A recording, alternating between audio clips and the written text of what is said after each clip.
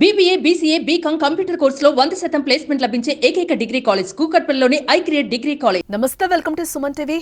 పూరి రత్న భాండాగారం మరోసారి తెరుచుకుంది. రహస్య గది తలుపులు తెరుచుకున్నాయి. 5 రోజుల తర్వాత మళ్లీ మూడో గదిని అధికారులు తెరిచారు.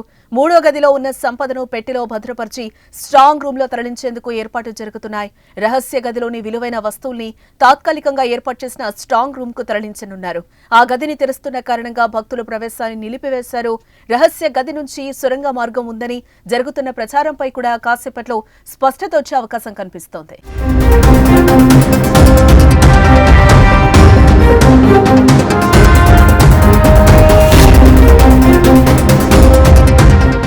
మూడో గదిలో పూరి జగన్నాథునికి సంబంధించి అనేక బంగారు, వెండి, వజ్రాభరణాలు ఉన్నట్లుగా చరిత్రకారులు చెప్తున్నారు.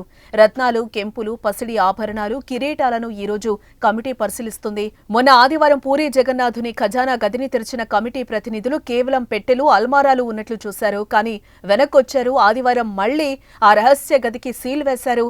1978లో పూరి జగన్నాథుడి ఆలయంలోని చివరిసారిగా రహస్య గదులు తెరిచి సంపదను లెక్కించారు. దాదాపు 46 ఏళ్ల తర్వాత మళ్లీ మూడో గది తెరిచారు.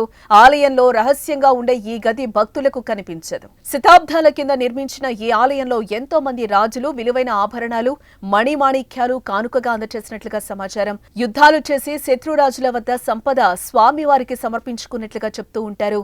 పూరి జగన్నాథుడి గర్భాలయం వెనుక ఎడమ వైపు రత్న భాండాగారాలు ఉన్నాయి. మూడు గదుల్లో తొలి గది స్వామివారి సేవకు అవసరమైన ఆభరణాలు ఉన్నాయి. ప్రస్తుతం మూడో గది తెరిచారు. మొత్తం పూరి రత్న భాండాగార సంపద ఎంతుంది, గదుల్లో ఏమున్నాయి అన్న వివరాల కోసం ప్రతి ఒక్కరూ ఆసక్తిగా ఎదురుచూస్తున్నారు.